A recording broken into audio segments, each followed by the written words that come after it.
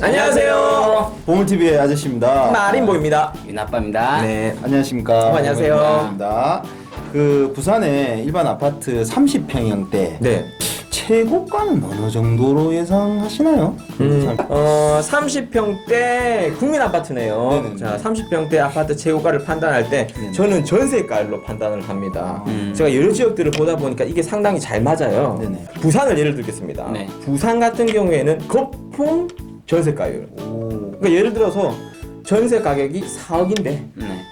매매 가격이 8억이 되면요. 와, 반? 네. 그거보다 전세가율이 낮아지면 거품이다. 라고 생각해요. 대부분 그렇더라고요. 제가 과거 사례를 찾아보니까 네. 전세가율이 50% 밑으로 떨어지면은 그냥 그 다음부터는 매매 가격이 조양차 하락기 때 매매 가격이 떨어지더라. 그러면 현재 부산의 전세가는 어느 정도 되죠? 한 60% 정도가 되는데요. 네. 원래 부산은 대세 상승 전체적으로 상승을 하려고 하면 전세가율이 신축 아파트 경우라도 70% 정도까지 올라와야 돼요. 그때 상승을 하더라고요. 지방은 대부분 70%는 올라와야 됩니다. 근데 대전 같은 경우는 70% 훨씬 전세가율이 높았잖아요. 이런 지역이 많이 오르게 되죠. 그때 말씀드렸다시피 전세 사는 분들이 전세가율이 높다는 것은 돈을 조금만 보태면 매매로 전환할 수가 있다는 말이기 때문에 이것을 상승 에너지라고 말씀들을 많이 하시거든요. 그래서 지방은 대부분 비슷해요. 50%까지 밑으로 떨어지면 무조건 거품. 50%대도 불안해요. 60에서 70%가 적정. 적정.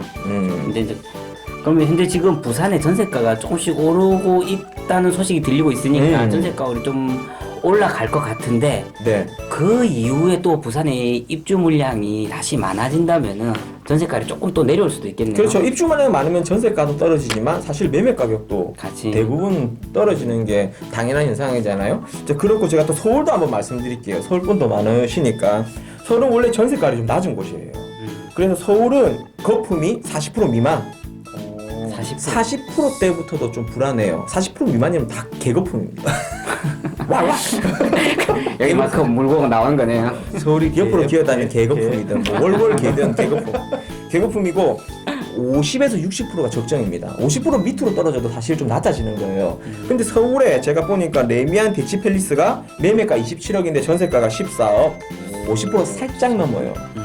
서울 같은 경우에는 좀 시장 판단하기가 좀 어렵죠. 전세가로 보면은 사실 가격대가 딱 조금 이제 좀 많이 올랐다, 간당간당하다라는 거고, 그리고 2년 동안 3년 정도 동안 많이 올랐어요. 상승 에너지를 다 썼네요. 더블 2배 가격가 가까이 올랐기 때문에 그래서 많이 오른 가격도 부담스러운데 입주 물량은 또 작다. 그리고 심리도 아직 살아있다. 그래서 카오스 같다. 약간 혼란스럽다. 복합적이네요. 네. 에너지는 소진된 것 같은데 입주 물량이 없어서 잠깐 쉬면 다시 에너지가 올라올 것 같기도 하고. 그렇죠. 네, 그래서 전세가율이 또 입주 물량이 향후 없기 때문에 전세가율이 또 좀 올라올 수도 네, 있겠죠. 네. 그럼 또 매매 가격이 또 올라갈 수도 네. 있는 상황이다라고. 어찌됐든 간에 제가 딱 말씀을 드리면 어느 지역의 아파트 최고가를 판단할 때 전세가율로 보시라는 겁니다. 서울은 억억 소리가 나는데 부산도 억억 소리가 날까요? 예. 소리 나네요. 질문하면 네. 총 쏘면 하고 싶습니다. 네. 어쨌든 부산의 재밌다. 부산의 어떤 30평대 아파트는 50%대에서 거품이 있을 수도 있고 없을 수도 있다라는 그런 50%대는 지방에는 지방. 거품입니다. 그 정도 선은 60에서 70은 적어도 놔줘야 돼요. 네, 오늘 마린부이님 말씀 감사합니다. 네, 감사합니다. 감사합니다. 좋아요, 구독을